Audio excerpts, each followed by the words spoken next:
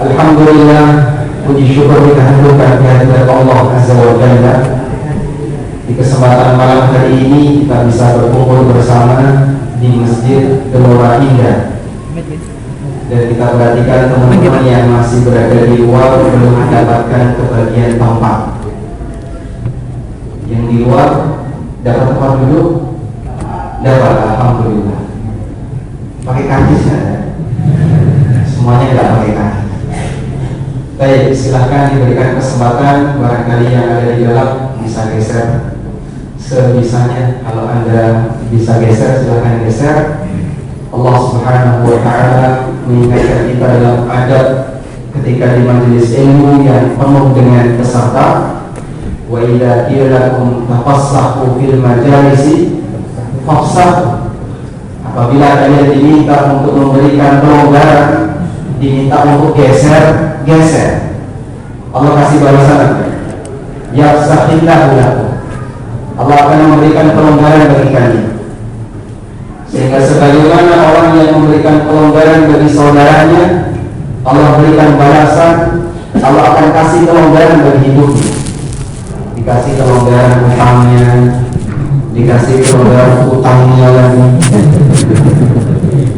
sehingga dia menjadi orang yang mudah dalam membayar. Masya Allah. Baik. Allah Subhanahu wa Ta'ala menyebut di antara ciri orang yang berilmu adalah orang yang mau mengalah dalam sebuah majlis. Karena itu ketika Allah membahas tentang masalah adab di majlis, wa idza qila lakum shuzu fanshuzu, kalau disuruh berdiri dia berdiri, kalau disuruh geser dia geser. Di bagian akhir ayat Allah berfirman, yarfa'illahu alladhina amanu minkum walladhina utul ilma darajat. Allah mengangkat orang yang berilmu, orang yang beriman di antara kalian dan orang-orang yang berilmu beberapa derajat. Para ulama mengatakan, kenapa Allah Subhanahu wa Ta'ala setelah membahas tentang masalah adab bermajlis,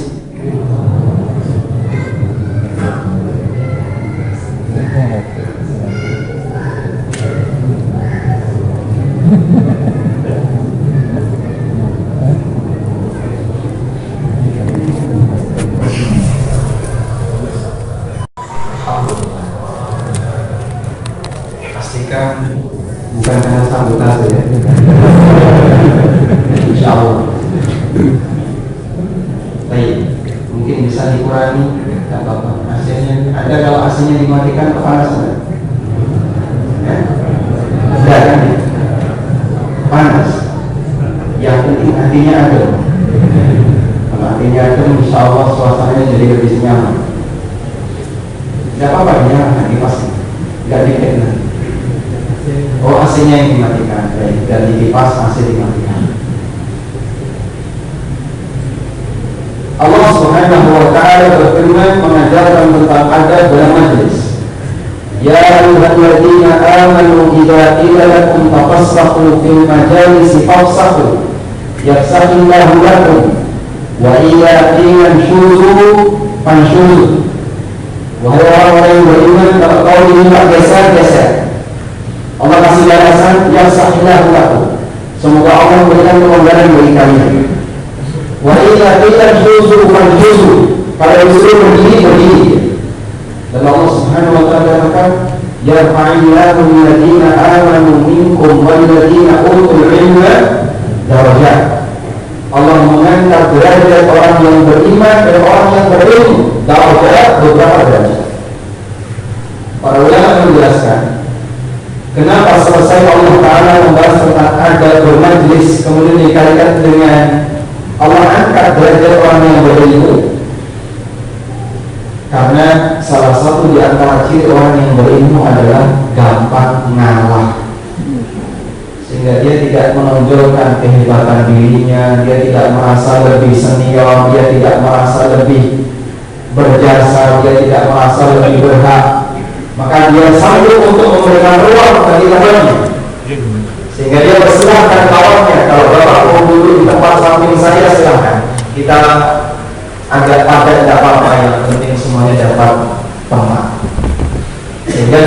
kedewasaan itulah salah satu di antara ciri orang yang berilmu. Maka hal yang sama juga dalam masalah usaha manusia ketika mencari harta.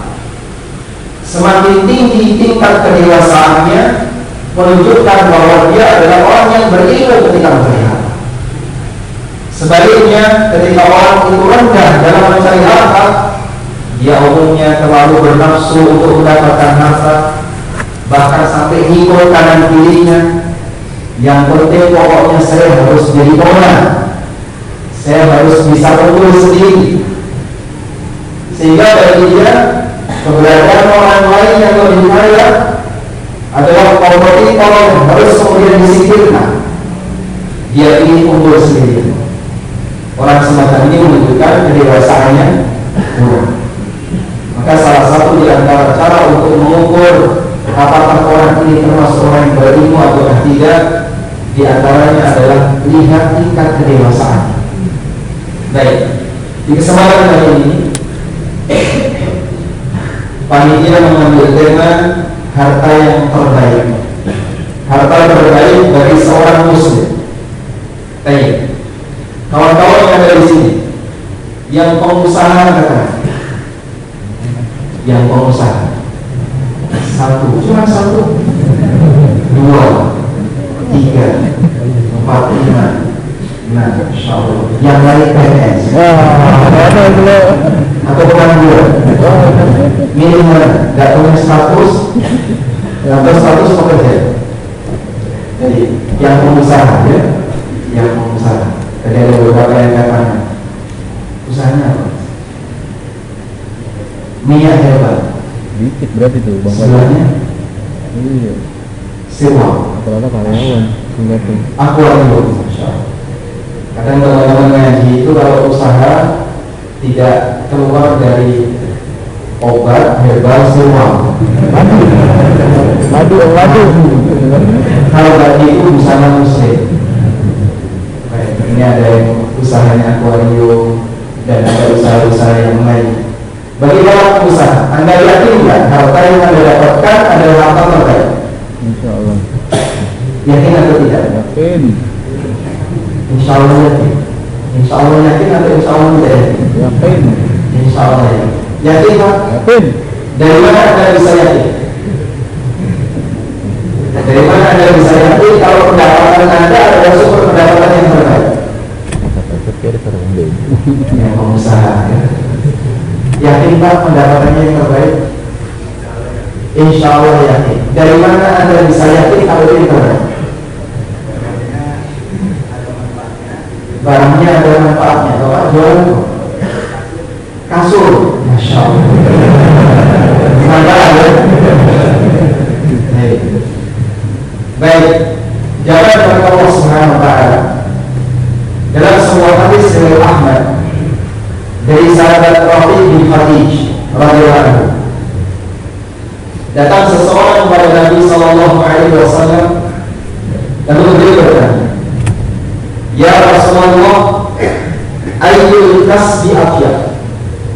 Ya Rasulullah, sumber pendapatan apakah yang terbaik? Al-afyad dari kata apa? Tayyib. Tayyib artinya apa? Tayyib artinya baik. Berarti tayyib itu artinya cah bagus. Orang ini bertanya kepada Rasulullah SAW, Ya Rasulullah, ayyul kasbi afyad? Ya Rasulullah, pendapatan apakah yang paling tayyib, yang paling baik?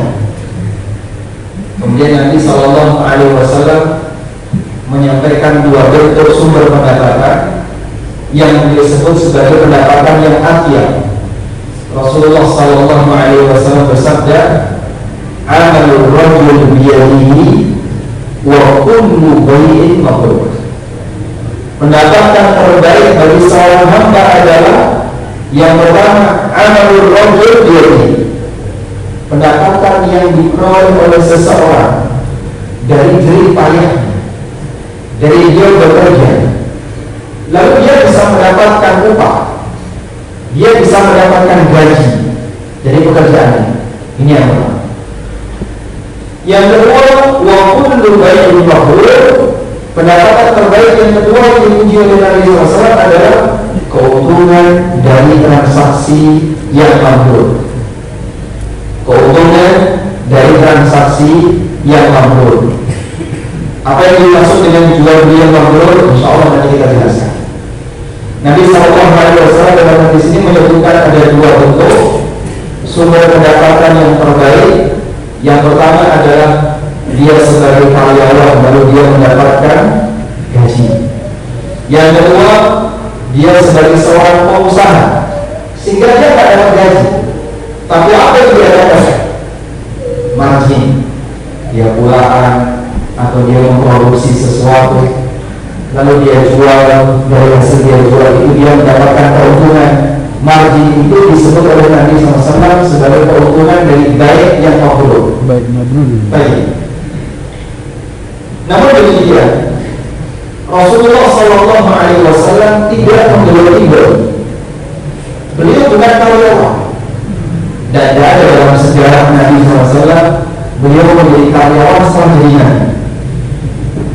Sebab tidak mungkin ada manusia yang derajatnya, status sosialnya lebih tinggi dibandingkan seorang nabi, sehingga Nabi SAW tidak pernah jadi karyawan. Apakah Nabi SAW berdagang? Beliau berdagang tapi sebelum jadi nabi. Sehingga Rasulullah SAW pernah berjualan, beliau berdagang, memperdagangkan modal yang dimiliki oleh Khadijah binti Khuwailid radhiyallahu anha, dan beliau mendapatkan keuntungan. Tapi kejadian ini sebelum beliau jadi nabi. Setelah Rasulullah SAW menjadi nabi, aktivitas ini sudah tidak lagi dilakukan. Lalu sumber pendapatan Nabi dari mana? Kalau memang beliau bukan seorang karyawan yang dapat fee dan beliau bukan seorang pedagang, sumber pendapatan Nabi SAW ketika beliau di Mekah dicukupi oleh istrinya. Dan pada waktu beliau di Madinah, sumber pendapatan Nabi SAW adalah ghanimatun samahallahu lahu, ghanimah yang disediakan oleh Allah Subhanahu wa ta'ala untuk beliau. Sebagaimana disebutkan dalam hadis yang sahih, Rasulullah SAW bersabda, wa ju'ila rizqi tahta dhilli rumhi, rizkiku dijadikan oleh Allah di bawah bayang-bayang tombak. Karena itulah harta yang dimiliki oleh Rasulullah SAW sumbernya adalah dari hasil ghanimah yang disediakan oleh beliau. Dan beliau menjadi orang yang cukup berada sampai kemudian Nabi SAW memberikan jaminan, siapa yang mati punya utang, apa yang dia lakukan? Utangnya beliau nanggung. Kapan itu terjadi? Setelah Khaybar ditaklukkan. Setelah Khaybar ditaklukkan, Nabi SAW punya ghanimah berupa kebun kurma, dan beliau melakukan akad musafah dengan penduduk Khaybar bani Hasyim dalam bentuk kebun kurma. Sebagian untuk Rasulullah SAW, sebagian untuk yang mau kebun beliau. Dan sejak saat itu pendapatan Nabi SAW menjadi cukup banyak sampai beliau memberikan jaminan kepada para sahabat, man mata wa alaihi dayn fa alaihi dayn. Barang siapa yang mati dan dia punya utang, ambil tanggung utangnya. Itu sejak peristiwa menangguhkan oleh Khaybar. Baik. Kemudian ada sisi pertimbangan yang lain, bahwa seorang muslim ketika dia bekerja, terkadang ada unsur perasaan batin yang menyertai, dan perasaan batin itu bisa menyebabkan apakah pekerjaannya ini bisa menghasilkan pahala atau tidak. Salah satu di antara contohnya adalah ketika orang itu bertani, diiringi dengan tawakal kepada Allah. Dia naruh benih, ditanam, kemudian ditinggal. Allah Subhanahu wa ta'ala akan menumbuhkannya. Sehingga pada saat orang itu bertani, diiringi dengan perasaan apa? Tawakal. Tawakal tinggi. Di saat dia bekerja sambil dia beribadah berupa tawakal. Sudah? Dengan semua pertimbangan ini, kemudian ulama berbeda pendapat. Terjadi ikhtilaf di kalangan para ulama, pekerjaan apakah yang paling afdal bagi seorang muslim. Ada khilaf di antara para ulama. Pendapat yang pertama, pekerjaan yang paling afdal bagi seorang muslim adalah ghanimah. Pendapatan yang paling afdal bagi seorang muslim adalah ghanimah. Dan ini pendapat yang dipilih oleh Al-Hafidz Ibnu Hajar Al-Asqalani. Alasan beliau rahimahullah, karena ghanimah adalah harta yang dipilihkan oleh Allah untuk siapa? Nabi-Nya Sallallahu Alaihi Wasallam. Anda jangan punya penilaian milik berkaitan dengan ghanimah, karena ini harta dipilihkan oleh Allah Subhanahu Wa Taala untuk Nabi-Nya Sallallahu Alaihi Wasallam. Dan bahkan Al-Hafidz Ibnu Hajar mengatakan sumber pendapatan terbaik bagi seorang muslim adalah ghanimah, yang itu didapatkan melalui jalur jihad, sehingga orang untuk bisa mendapatkannya dia harus melalui amal besar berupa berangkat jihad. Maka sumber pendapatan ini disebut sebagai sumber pendapatan terbaik. Baik, kita tidak sedang mengajarkan, berarti Anda mengajarkan paket terorisme. Kata siapa? Jihad dengan terorisme sama atau tidak? Jelas itu. Bagaimana kalian bisa melihat bagaimana fikih jihad yang sebenarnya? Dia tahu perbedaan yang sangat jauh antara terorisme dengan jihad. Karena jihad itu resmi, penyelenggaraan adalah pemerintah yang sah, dan itu dilakukan dalam rangka untuk menjaga keutuhan dan identitas sebuah negara muslim, bukan asal-asalan. Maka ketika mendapatkan sesuatu sebagaimana aturan yang terjadi di negara yang lain, siapa yang berhasil untuk menguasai negara yang lain, dia adalah untuk mendapatkan sumber daya alam di negara itu. Maka demikian pula jihad yang disyaratkan dalam Islam. Apabila kaum muslimin berhasil, maka mereka berhak untuk mendapatkan ghanimah, dan itu diakui menjadi konsensus dunia, sehingga semua negara mengakui akan adanya aturan semacam ini, baik negara muslim maupun negara non-muslim. Baik, sekarang kita kembali ke sini. Ini kenapa yang pertama? Pertimbangan yang harus diperhatikan tadi. Baik. Kenapa ghanimah menjadi sumber pendapatan yang baik? Karena ini adalah harta yang dipilihkan oleh Allah Subhanahu Wa Taala untuk siapa? Nabi-Nya Sallallahu Alaihi Wasallam. Dan yang kedua, orang untuk bisa mendapatkannya harus melalui amal besar, yaitu jihad fisabilillah. Baik, ini pendapat yang pertama. Pendapat yang kedua, sumber pendapatan yang terbaik adalah bertani. Kenapa bertani? Karena petani itu tingkat tawakalnya tinggi.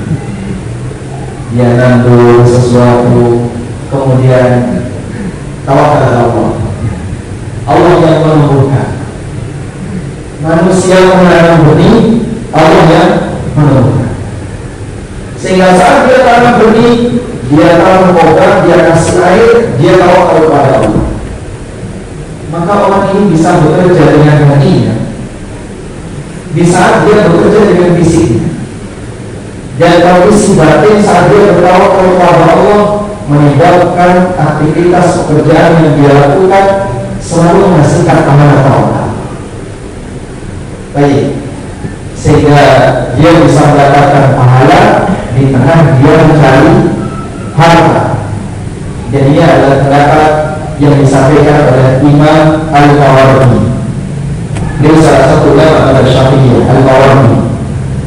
Nah, kemudian pendapat yang ketiga, bahwa sumber pendapatan yang terbaik adalah sebagaimana yang disampaikan Nabi Sallallahu Alaihi Wasallam.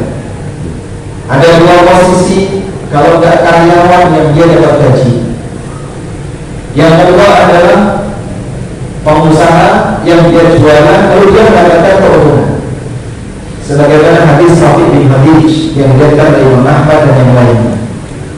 Dan ini pendapatnya An-Nawawi. Kemudian pendapat yang kelima, yang keberapa? Yang keempat, insyaallah. Catatannya nggak meleset ya.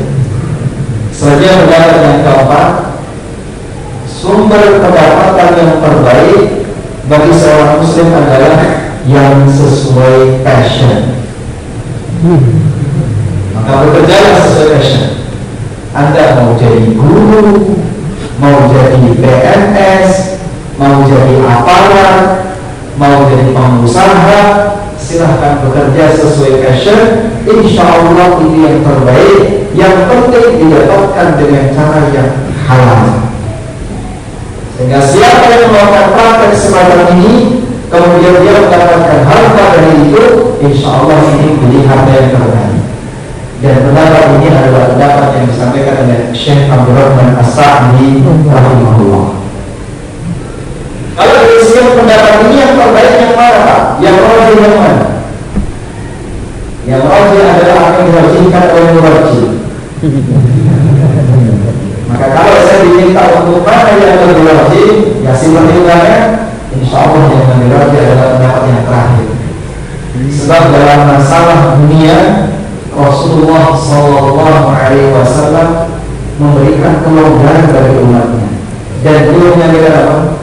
Antum a'lamu bi ahli dunyakum. Kalian lebih ngerti tentang urusan dunia. Dan Allah Subhanahu wa ta'ala bagi isi kepada hamba sebagaimana Allah membagi amal untuk mereka. Masing-masing orang diciptakan oleh Allah bahwa makhluk manusia. Masing-masing manusia diciptakan oleh Allah untuk berjalan sesuai dengan arahnya. Meskipun bisa jadi hamba itu tidak tahu. Artinya begini, hidup kita ini dijadikan oleh Allah bervariasi kemampuannya. Ada yang punya kemampuan A, ada yang punya kemampuan B, ada yang punya kemampuan C, dan seterusnya.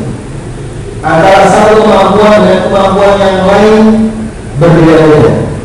Hikmah yang besar dari Allah Ta'ala dengan adanya perbedaan kemampuan semacam ini terjadilah apa? Dinamika kehidupan. Antara satu orang dengan orang yang lain mereka bisa saling membutuhkan. Yang jualan herbal butuh akuarium. Yang jualan akuarium butuh kasur.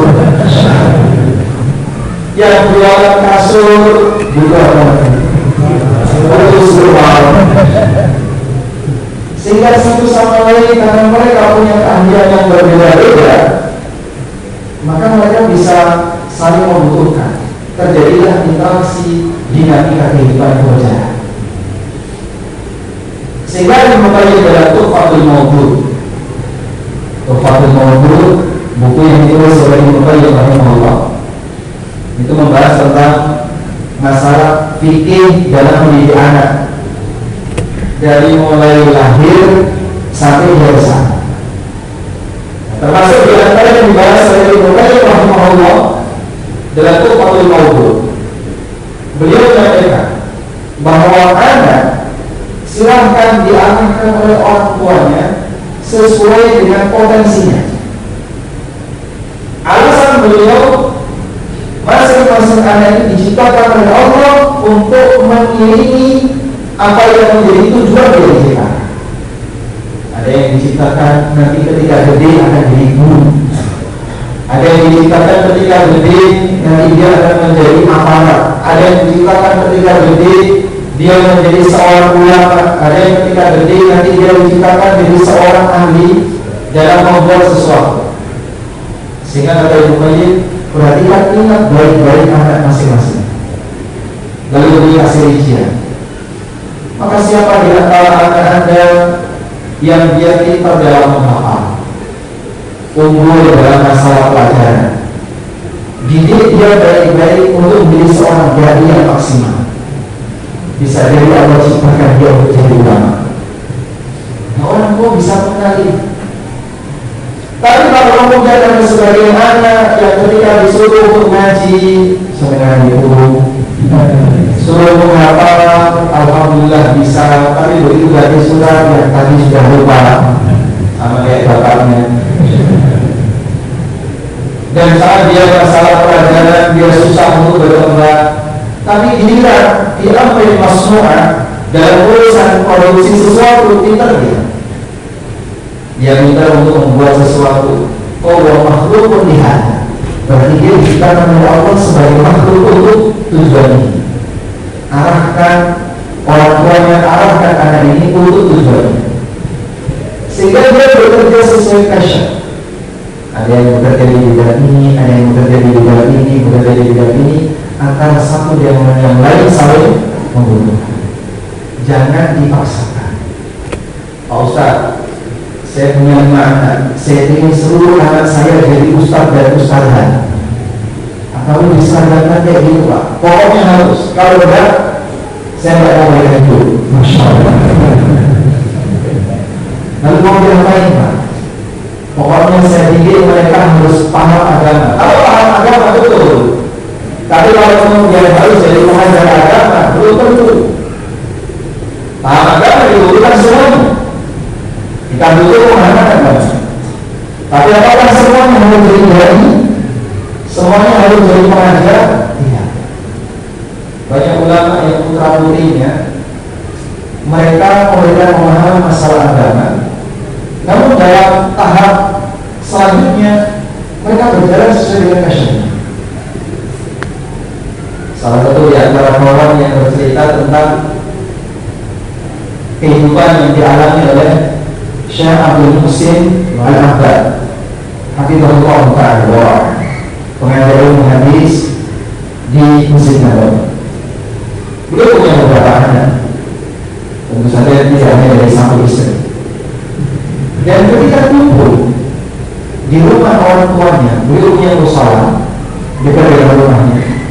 Ketika kumpul, kata beliau, kata teman saya, setahu saya yang jadi ulama di antara anaknya Syabul Hasan, yang membuat. Sehingga ada yang bekerja di bandara, ada yang menjadi salah satu anggota TNI atau polisi di Saudi, ada yang menjadi A, ada yang menjadi B, ada yang menjadi C. Mereka kumpul pada saat liburan akhir pekan kumpul. Kamis itu sudah mulai kumpul, karena libur di sana kan Jumat Sabtu. Kamis sore sudah mulai kumpul. Kemudian mereka kumpul barang melayani bapaknya. Ternyata tidak semuanya ulama.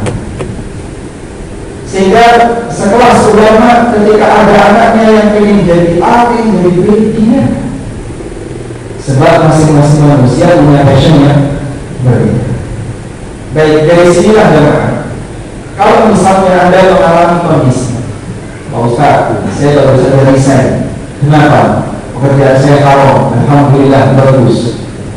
Sekarang Anda kerjanya apa? Saya lagi dicoba Pak Ustaz. Terakhir lagi haram. Berarti Anda belum menjumpai di titik mana sumber pendapatan Anda yang terbaik. Bisa jadi dia ketika membuka usaha gagal. Ayam goreng gagal. Ganti ayam bakar. Nanti itu bisa jadi ketika Anda menggeluti passion ayam gagal. Oh, berarti memang Anda tidak boleh di sini. Bapak bukan makhluk yang tercipta untuk melayani ayam. Silakan dari yang lain. Bisa jadi beliau usaha apa bisa ya, ambil hasilnya boleh. Uji coba seperti itu. Selagi modalnya masih kuat, silahkan dilakukan. Namun pada kondisi tertentu Anda akan menemukan di posisi mana yang paling cocok untuk Anda usahakan. Sehingga tidak perlu untuk dipaksakan lagi. Karena kita tercipta oleh Allah, diciptakan oleh Allah Ta'ala menjadi makhluk di posisi tertentu. Dan itulah makna kullu ya'malu ala syakilati. Masing-masing manusia bekerja sesuai dengan posisinya. Sehingga siapa yang bekerja di posisi sebagai A, Allah ciptakan sebagai A. Sebagaimana pula dia nanti juga diciptakan untuk menjadi orang muslim yang saleh, yang beramal untuk mendapatkan balasan surga. Sebaliknya ada yang diciptakan untuk berbuat maksiat sehingga dia mendapatkan balasan di neraka. Wallahu ta'ala. Jangan Sudah masuk ini? Baik, kita akan dengarkan Anda terlebih dahulu. Kemudian sesuai dengan tadi yang diminta oleh panitia, sambung dengan diskusi, saya bertanya, Anda menjawab. Sallallahu alaihi wa ala alihi wa sahbihi wa sallam.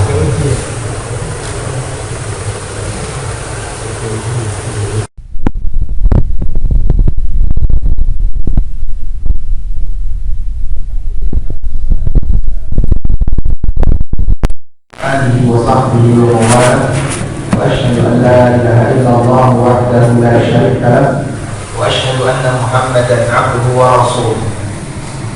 Jamaah yang kami hormati, setelah kita menjelaskan tentang sumber pendapatan yang terbaik bagi seorang muslim, apapun itu sebenarnya yang lebih penting adalah menghiasi suasana batin sebagaimana pesan yang diberikan Nabi SAW.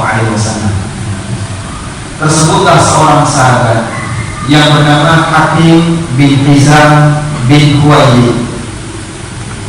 Berarti apa yang Khadijah? Hakim bin Hizam bin Khuwailid, Khadijah bintu Khuwailid, keponakannya Nabi.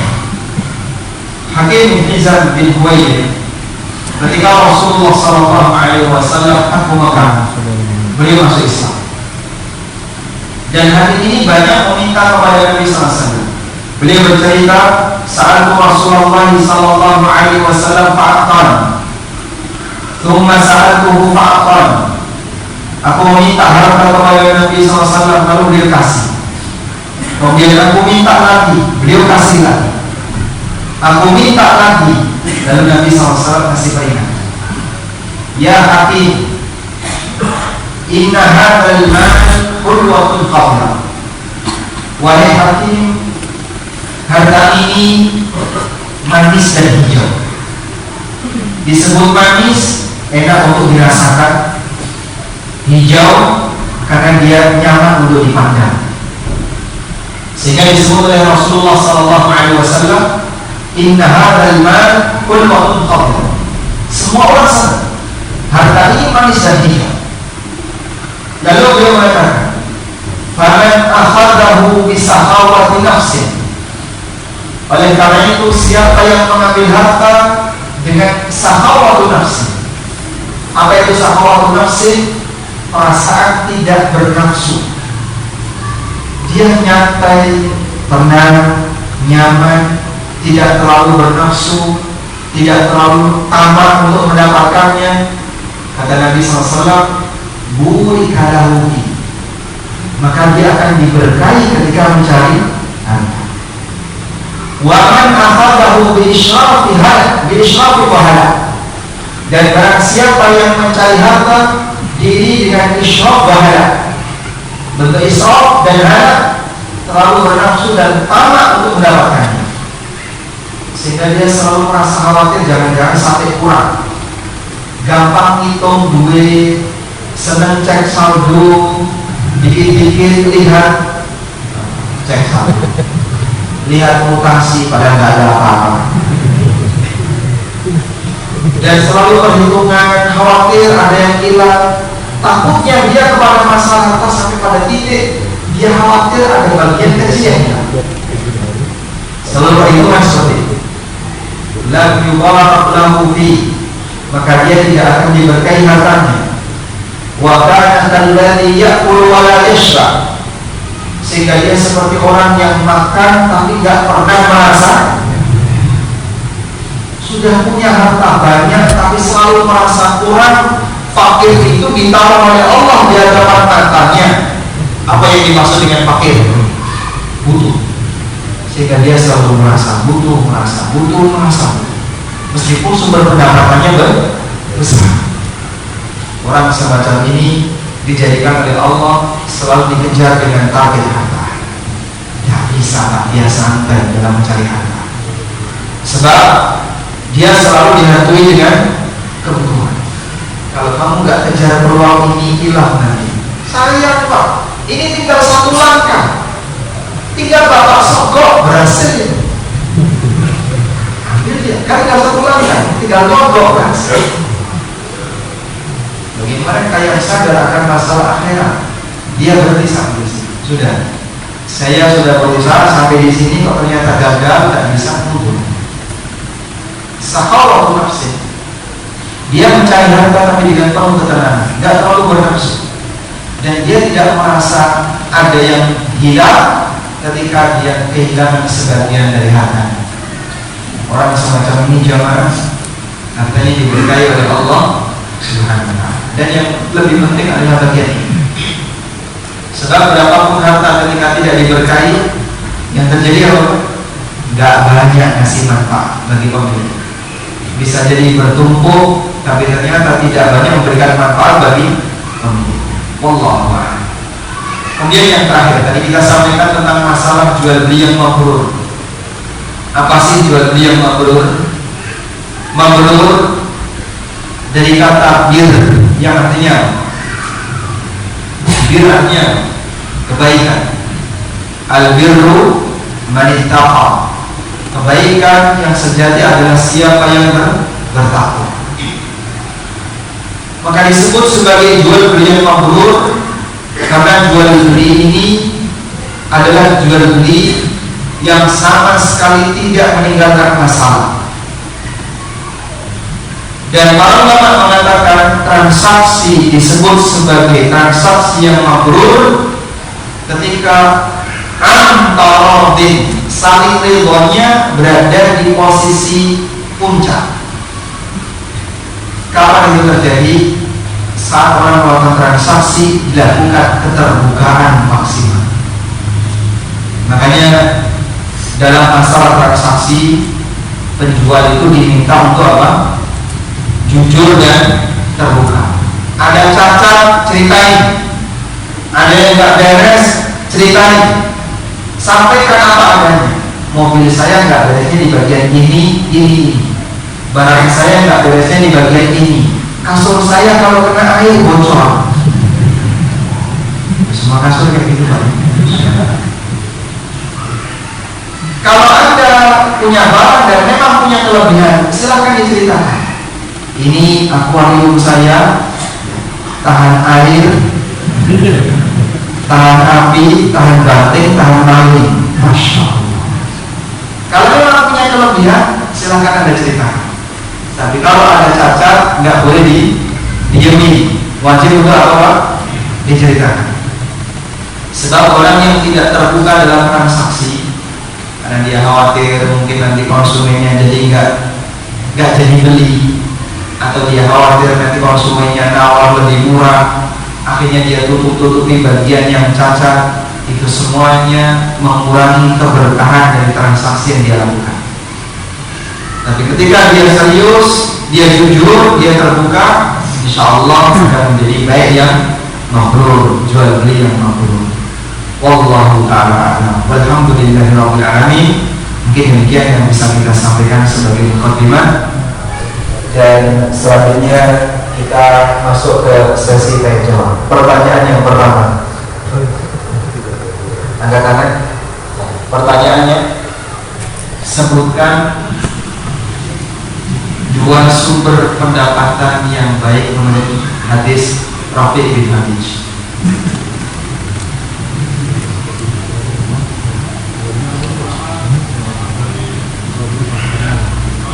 Dari apa? Upah, dari jual beli yang mau hadiah yang mana? Ini buku perdana yang saya tulis dalam masalah fikih makna, dan buku ini sudah tidak terbit. Tapi saya nemu di Purwokerto. Yang nyimpan siapa ya? Apa yang menyimpan? Berarti dilakukan intikal. Ini benar-benar. Yang ini banyak. Dan pustaka Mu'amal sudah tidak menerbitkan ini karena sudah diganti dengan yang lebih tebal. Judulnya sama, pengangkat tiga jual beli, tapi yang lebih tebal. Penjelasan dari buku ini. Bapak yang mana? Khawaris apa jual beli? Yang ini sudah punya. Yang khawaris yang belum punya. Masya Allah. Barakallahu. Baik. Pertanyaan selanjutnya. Tadi Bapak mau tanya atau? Oh, mau tanya. Baik, silakan. Boleh langsung. Gimana? Oh, silakan. Ada dikasih kesempatan yang pertama.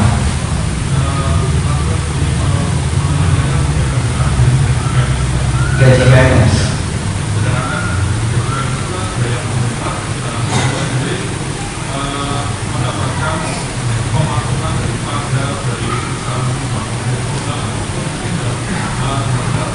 Bukan.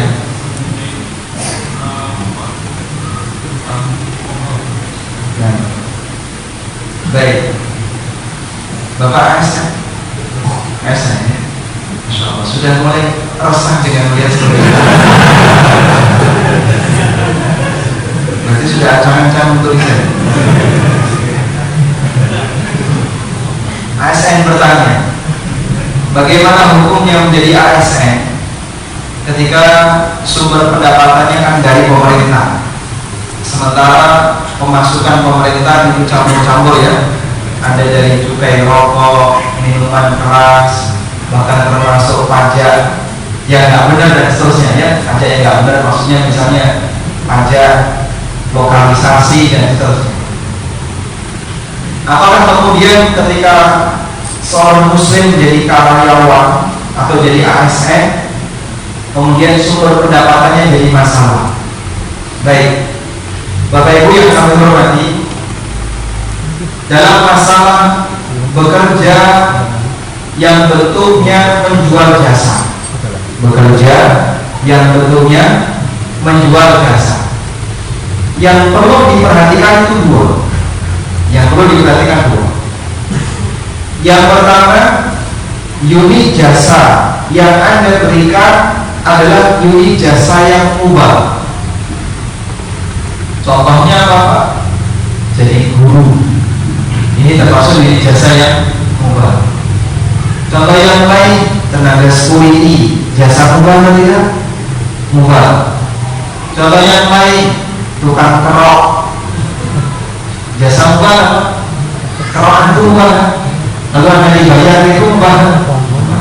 APC dan kawan-kawannya ya. Baik, jasa semacam ini mubah. Yang kedua, syarat yang kedua adalah tidak ada unsur ta'awun 'alal itsmi wal 'udwan.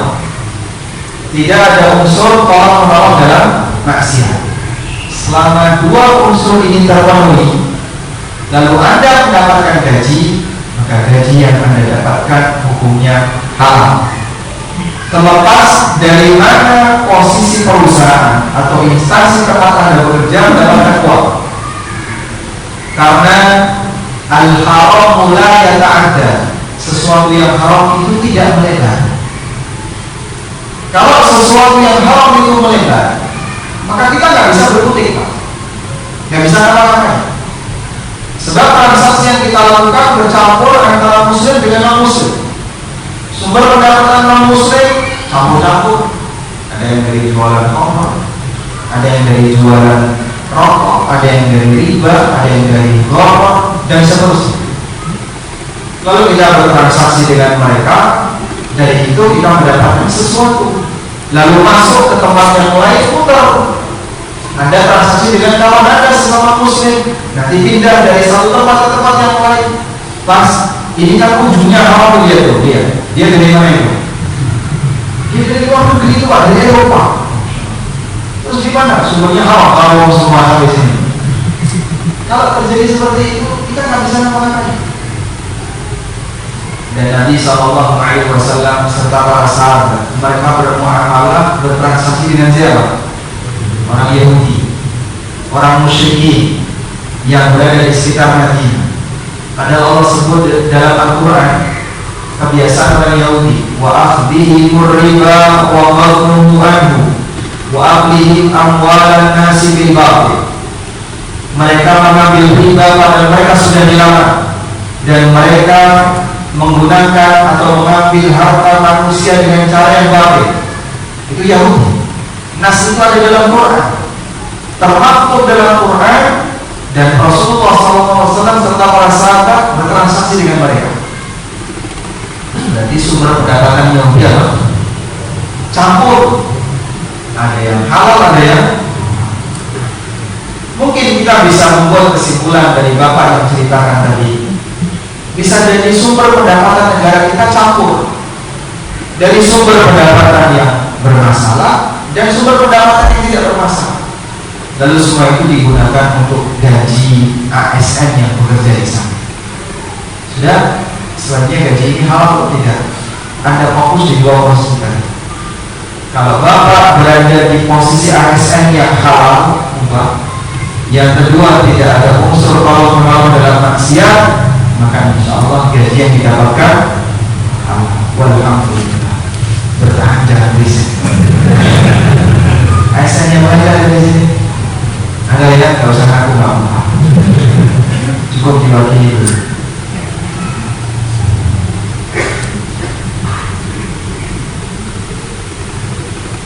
Assalamualaikum. Waalaikumsalam.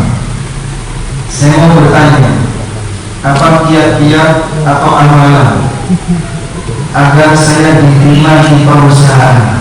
Waduh. Karena saya sedang melamar pekerjaan. Anda lama anaknya. Apa itu? Kalau diterima di situ kan jadi karyawan ya. Setuju Pak? Kedudukan kalau jawabannya kayak gitu. Baik. Masya Allah. Kalau Bapak bertanya atau Anda bertanya tentang kiat-kiat agar bisa diterima di sebuah perusahaan, amalan apa yang kira-kira bisa mendukung kita agar bisa diterima di perusahaan, cuma satu ya, serius melamar pekerjaan. Kalau amal yang lain ada nggak Pak? Barangkali ada sholat tertentu, sholat melamar pekerjaan. Kita nggak jumpa. Anda kalau ibadah tujukan sasarannya adalah untuk mendapatkan pahala di akhirat. Karena beramal dunia untuk dunia, jangan korbankan amal akhirat untuk dunia. Bekal akhirat mau dipakai apa?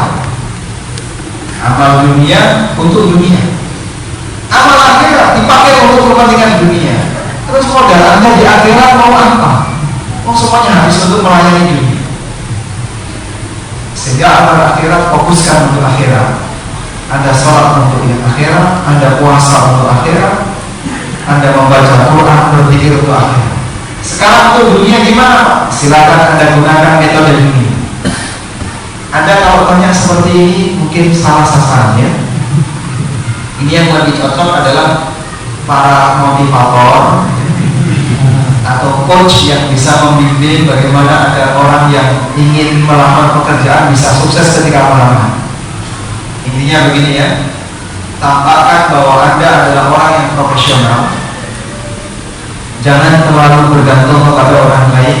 Tawakal kepada Allah. Sumber rezeki Anda bukan di perusahaan itu, tapi Allah Subhanahu wa Ta'ala.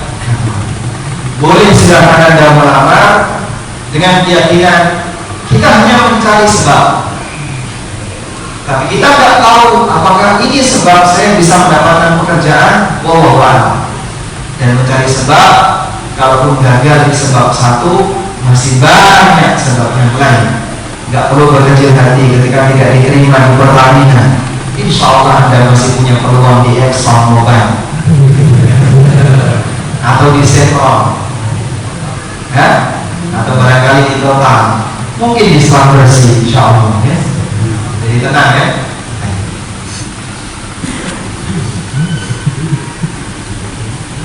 Selanjutnya yang lain. Izin bertanya, bagaimana status penghasilan saya ketika ikut bekerja dengan seseorang yang memiliki bidang usaha? Apa ini? Modalnya kemungkinan diperoleh dari hasil meminjam di bank. Bidang usahanya adalah bengkel las dan pembuatan berbahan aluminium. Saya sarankan tidak perlu menulis Bismillahirrahmanirrahim, karena nanti panitia harus merawat ini baik-baik biar tidak terbuang. Kalau Anda bekerja sama dengan temannya atau bekerja di sebuah perusahaan, lalu ternyata perusahaan itu punya utang riba. Bekerja di tempat semacam ini hukumnya halal bukan? Halal atau haram? Hah? Oh, nggak yakin. Yang jawab halal angkatan. Bekerja di sebuah perusahaan, sementara perusahaan itu punya utang ribawi. Yang jawab halal angkatan. Baik. Yang jawab halal. Jumhur jawab halal ya. Kalau posisi dia ada di strategik haram. Nah, prinsipnya seperti ini Pak ya. Kita tidak bertanggung jawab terhadap kemaksiatan yang dilakukan oleh perusahaan. Kalau karyawan harus bertanggung jawab terhadap kemaksiatan yang dilakukan oleh perusahaan. Coba Anda lihat ya, di Bekasi, Karawang, Tangerang, Cikarang, itu ada jutaan kaum muslimin yang bekerja di perusahaan. Perusahaan baik Korea, Cina, Jepang, Eropa dan seterusnya. Dan hampir semua perusahaan ini punya utang riba. Kalau Anda memfatwakan haram, itu jutaan eksodus pulang ke Jawa. Jutaan. Baik, yang benar di mana? Halal. Anda tidak bertanggung jawab dengan kemaksiatan orang ini selama Anda tidak terlibat langsung. Lain kalau misalnya Bapak bekerja sama, sudah. Lalu Bapak diminta untuk turun tanda tangan. Tadi kan perusahaan ini berdua. Perusahaan ini berdua. Mas, ini usaha kita mau ekspansi. Teman Anda ngajak utang bank, nggak bisa dia sendirian. Karena ini berdua. Anda diminta untuk turun tanda tangan. Tanda tangan di sini hukumnya apa? Ta'awun kalau menolong dalam maksiat, nggak boleh dilakukan. Anda wajib nolak.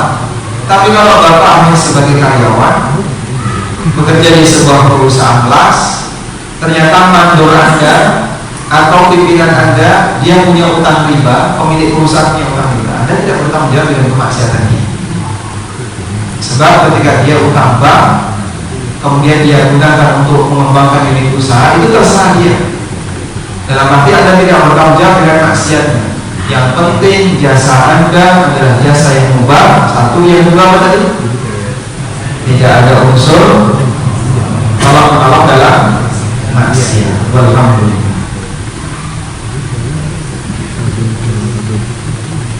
Bagaimana hukumnya membeli barang dari lelang? Transaksi lelang itu boleh atau tidak? Boleh atau tidak? Tidak boleh ya? Boleh atau tidak? Baik, yang mengatakan tidak boleh katakan transaksi lelang mengatakan tidak boleh. Kenapa tidak boleh? Karena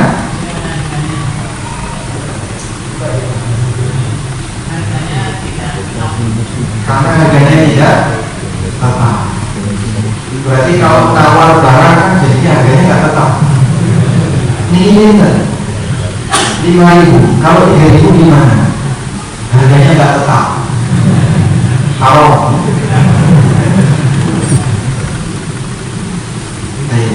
Lelang boleh atau tidak? Boleh. Kenapa boleh? Karena tidak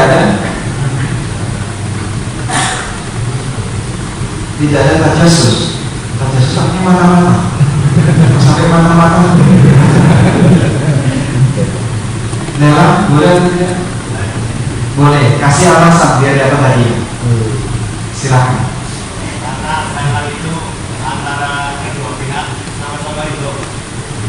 Kedua belah pihak sama-sama ridho atas harga yang ditentukan. Mau mencoba menjawab karena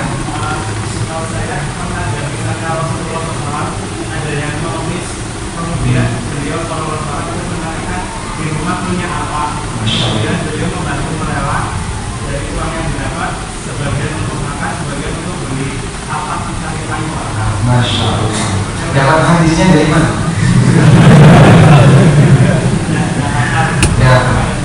atau nonton di AMD Channel. Lewat tadi ya. Mau yang mana ini? Atau dosa atau jual beli? Dosa. Buku kumpulan tentang dosa. Baik. Jadi jual beli lelang disebutkan dalam hadis riwayat Abu Dawud. Meskipun hadis ini diperselisihkan oleh para ulama mengenai nilai keabsahannya. Datang seorang sahabat kepada Rasulullah SAW. Yas'alu syai'an, meminta sesuatu. Tapi Nabi SAW tidak kasih. Dan beliau tanya, "Amma fi baitika syai'?" Di rumahmu ada apa? Pulang. Setelah sampai rumah, beliau membawa barang yang paling bernilai, yang paling berharga, yang kira-kira bisa dijual. Apa Pak betulnya? Jangan-jangan apa berapa ya? Dia bawa selembar taplak dan satu buah gelas. Tokbun wahis. Yang dia bawa sebuah gelas dan satu buah taplak. Lalu dipegang oleh Rasulullah SAW dan beliau angkat, "Mayyashtari hadain?" Siapa yang mau membeli dua barang ini? Itu ulama angkat.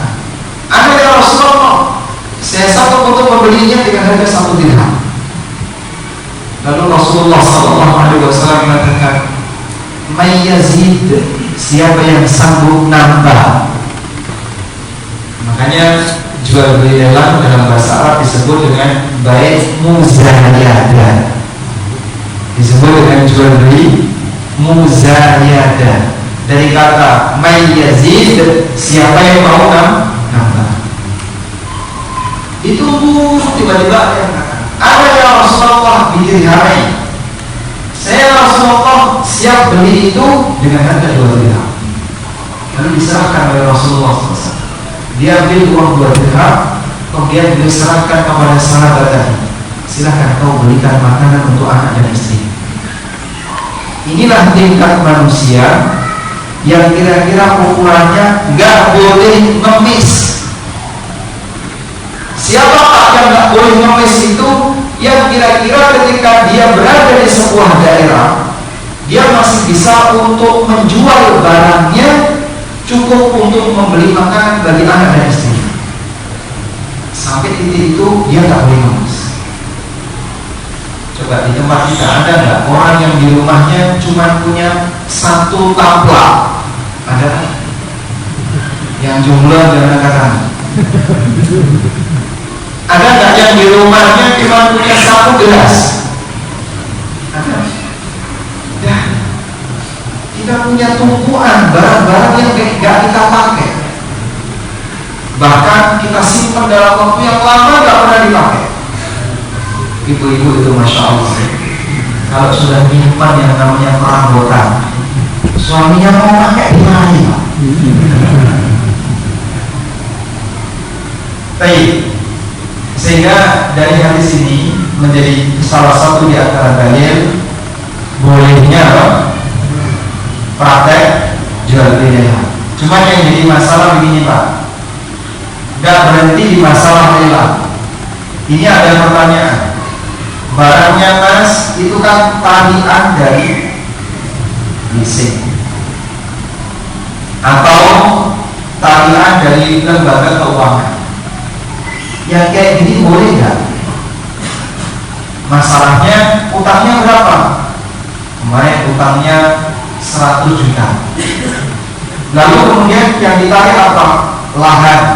Harga normal berapa? 300 juta. Tapi dipakai untuk menutupi utang 100 juta. Nah, bagian ini yang kadang pemiliknya nggak ego. Saya sebenarnya masih ingin untuk berjuang melunasi, cuma karena sudah deadline dan saya nggak sanggup, barang itu disita. Sudah, lalu dilelang dengan proses yang terjadi di situ. Akhirnya orang bisa mendapatkan dengan harga yang murah. Targetnya lembaga keuangan ini adalah yang penting pokoknya bisa bentuk nilai 100. ini bisa laku 150, nggak apa-apa. Jadinya harganya apa? Turun, anjlok. Itu yang membuat pemiliknya kadang dia merasa sedih. Makanya kami sarankan, kalau Bapak bisa ketemu pemiliknya dan ridho dengan harga itu, tidak masalah. Tapi ketemu pemiliknya, Mas, tanah antum ini kan sebenarnya 300 juta, dilelang 150. Ini aja ya. Nanti saya beli tetap menang di angka 150. Saya bayarkan kekurangannya ke Bapak. Bapak maunya berapa? Kalau 200 gimana? Dia setuju, Anda tinggal dari 50 ke pemilik. Insya Allah tidak masalah. Sehingga Anda tutupi di lembaga keuangan 150, sisanya Anda bayarkan ke pemilik. Kalau pemilik ridho, silakan. Insya Allah tidak masalah. Tapi kalau pemilik masih gandoli, saya sebenarnya nggak ridho seperti ini. Kalau seperti itu yang terjadi, berarti Anda sebaiknya mundur, menghindari adanya potensi kezaliman yang terjadi. Wallahu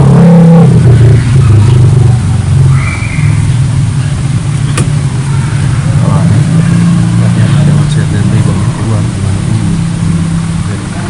ini kita nggak tahu mau soleh kita diterima apa enggak. Apa pendapat tukang parkir?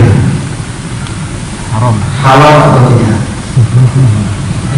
kalau yang di Indomaret ini haram. Ada satu buku yang saya tulis tentang ini. Oh iya, itu ya. Judulnya Pasar Muslim dan Dunia Maklar. Dan di buku itu saya bahas di antara permasalahan yang terjadi di pasar adalah keributan di pasar, parkir, jualan di trotoar, kemudian PKL ya, pedagang kaki lima dan seterusnya. Saya bahas di situ. Ada fatwa yang disampaikan oleh Syekh Dr. Sa'ad Al-Jazairi. Allah a'lam apakah beliau masih hidup atau sudah meninggal. Beliau pernah memberikan penjelasan tentang masalah parkir. Kalau akadnya adalah akad ijarah, Tapi akad kan cuma di situ ada rincian. Yang pertama begini. Pertama, tukang parkir itu pemilik lahan. Pemilik lahan yang menjadi tempat kita meletakkan kendaraan. Maka ini sah dengan akad ijarah. Sehingga Bapak menaruh kendaraan Bapak di tempat saya, maka saya kenakan kewajiban Bapak harus bayar sekian ribu per jam atau sekian ribu per sekian jam. Boleh seperti itu. Karena akadnya apa? Murni ijarah. Yang kedua, tukang parkir tapi yang dia kuasai lahan milik pemerintah, pinggir jalan, lapangan dan seterusnya, atau termasuk diantaranya adalah tempat rekreasi, pasar dan aneka tempat-tempat yang itu adalah diatur oleh pemerintah. Maka dalam posisi ini, apabila pemerintah mewajibkan sehingga ada aturan resmi, parkir mobil atau kendaraan roda 4 sekian ribu, kendaraan roda 2 sekian ribu, ya, ada uang ya, istilah, ada pelakannya ya, tertuang, harga resmi. Berarti pemerintah menyewakan lahan itu untuk masyarakat. Dan ini pun, ini tidak hanya di Indonesia, di Saudi juga ada, di Qatar ada, di beberapa daerah negara-negara Teluk dipraktikkan seperti ini. Sehingga pemerintah menaruh sebuah alat ya, sebuah alat itu nanti bisa mencetak karcis parkir. Dia nanti input nomor kendaraan, ya. Setelah input, kemudian dia input waktu, udah enter, bayar, cetak karcis parkir, ditaruh di kendaraan. Kalau enggak, nanti kalau ketahuan ada mobil patroli atau apa, bisa diderek di kendaraan. Anda bisa lihat seperti ini di Madinah banyak. Bapak pernah lihat itu alat parkir gimana ya? Jadi alat itu cuma ditaruh di pinggir jalan, nggak ada yang jaga. Dan nggak ada yang kemudian bongkar-bongkar naik duit di dalam, nggak ada. Karena bayarnya pakai cashless Pak, semuanya bayar transfer. Baik, di posisi ini pemerintah menyewakan lahan. Ini kan lahan milik pemerintah, dikuasai oleh negara dan diatur oleh negara. Siapa yang mau pakai maka dia harus bayar. Insya Allah tidak masalah. Di Indonesia kami belum menjumpai alat seperti ini. Oleh karena itu pemerintah juga bisa menggunakan media yang lebih halal. Preman kampung sih ya. Dipasarkan, Pak ini kartu parkir, silakan Anda atur bagi hasil dengan pemerintah. Insya Allah yang seperti ini selama Anda dapat kartu parkir resmi boleh. Insya Allah tidak masalah. Nanti ini tukang parkir dapat bagi hasil dengan pemerintah sesuai aturan antara dia dengan pemerintah setempat. Yang ketiga, parkir di wilayah yang bukan miliknya dan tidak ada aturan pemerintah tentang itu, alias gratis. Dan siapapun mau parkir di situ bebas. Dan tiba-tiba ada orang yang memarkiri. Awalnya ketika Anda parkir tidak ada orang. Begitu kendaraan bergerak udah prit 2000 Pak. Hanya dengan satu sempritan itu. Jadi story nih. Nah ini yang bermasalah. Ini yang bermasalah. Anda punya hak apa? Meminta 2.000. Padahal Anda tidak ngatur, tidak punya hak untuk menetapkan parkir di situ. Ini lahan milik umum, siapapun boleh untuk parkir dan tidak ada gratis. Nah mungkin bagian inilah yang bermasalah ya. Sehingga untuk ini dia tidak punya lahan, sehingga tidak berhak untuk menguasai lahan itu. Maka dia tidak berhak menyewakan lahan itu. Sudah? Maka dalam posisi ini bisa terhitung sebagai tindakan pemalakan.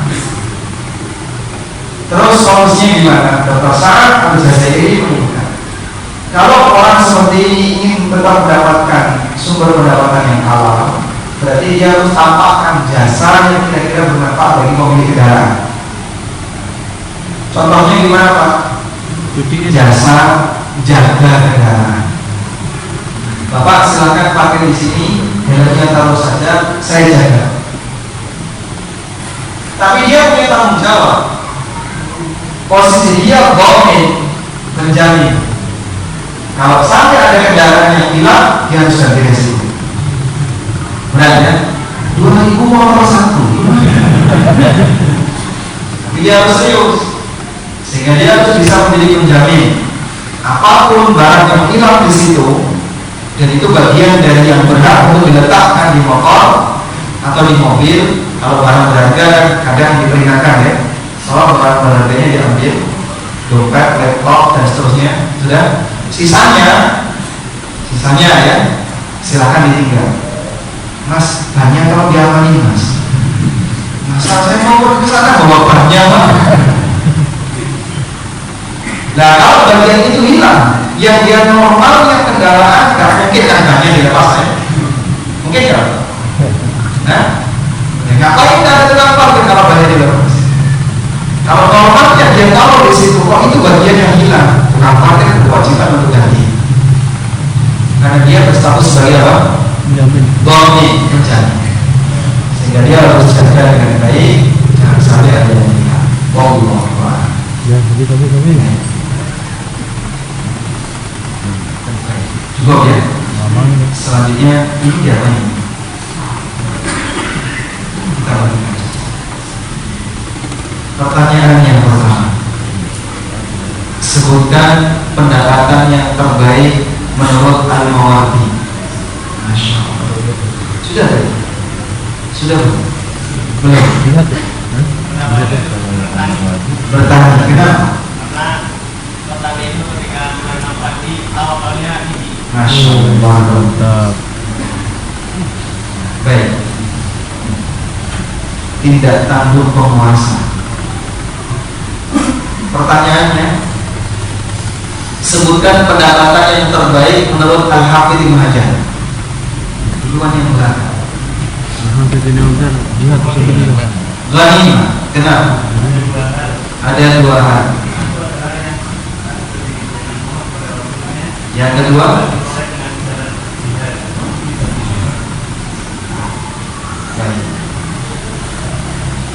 di sini yang petani boleh katakan petani yang mau jualan apa nih? Saya nggak yakin kalau mau menjawab petani tidak ya. Bantu tani, yang petani betul-betul petani. Sumber pendapatannya petani.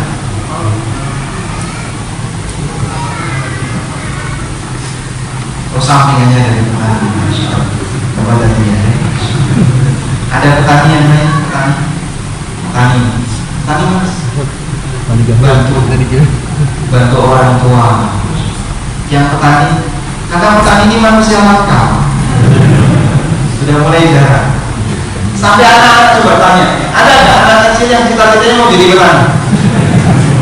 Ini dipakai sama gurunya, cita-cita mau jadi petani.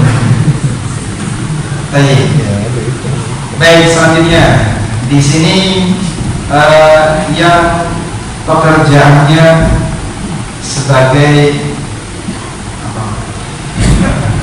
Tukang parkir,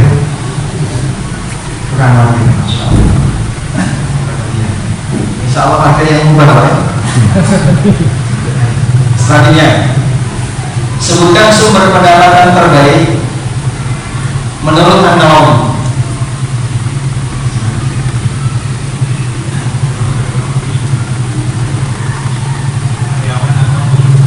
Kenapa?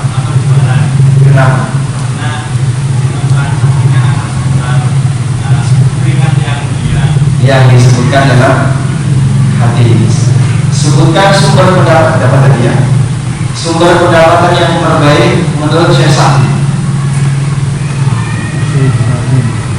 Profit ya? Profit ya? Kenapa? Masya Allah. Enak bagi-bagi. Yang berasal dari kota paling jauh di mana? Jakarta sah. Jakarta. Masya Allah. Terus sampai ke pusat. Dia bayar pakai sah. Sadar.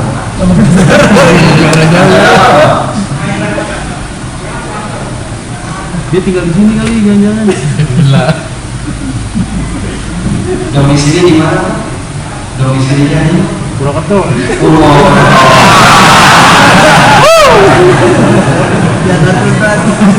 Kosnya di sini. Baik, Pak. Ini masih banyak sih. Ini gimana? Separuhnya. Nah, baik. Sebutkan satu dalil kaumnya riba. Ini voucher ya. Voucher makan gratis 50.000. Ini sudah. Allahul baik. Silakan. Maharram riba. Nah, Allah berfirman,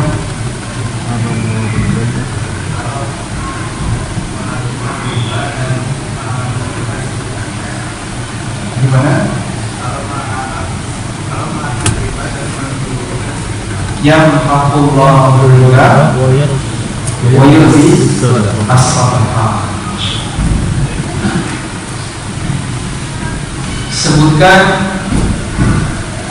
Sebutkan satu dalil yang menunjukkan haramnya gharar.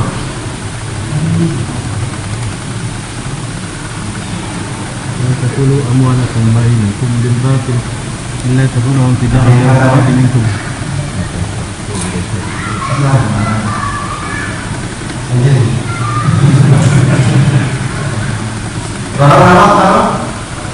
Haram dalilnya.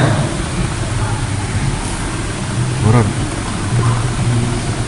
Gak pakai dalilnya, pokoknya haram.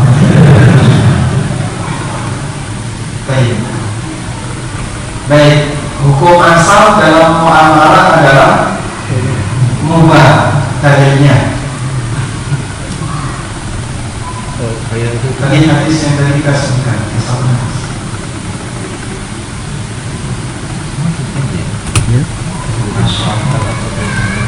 ya. Berarti ini untuk panitia saja. Terima kasih, demikian yang bisa kita sampaikan. Semoga apa yang kita bahas ini bermanfaat. Sekarang sudah jam 19.40. Demikian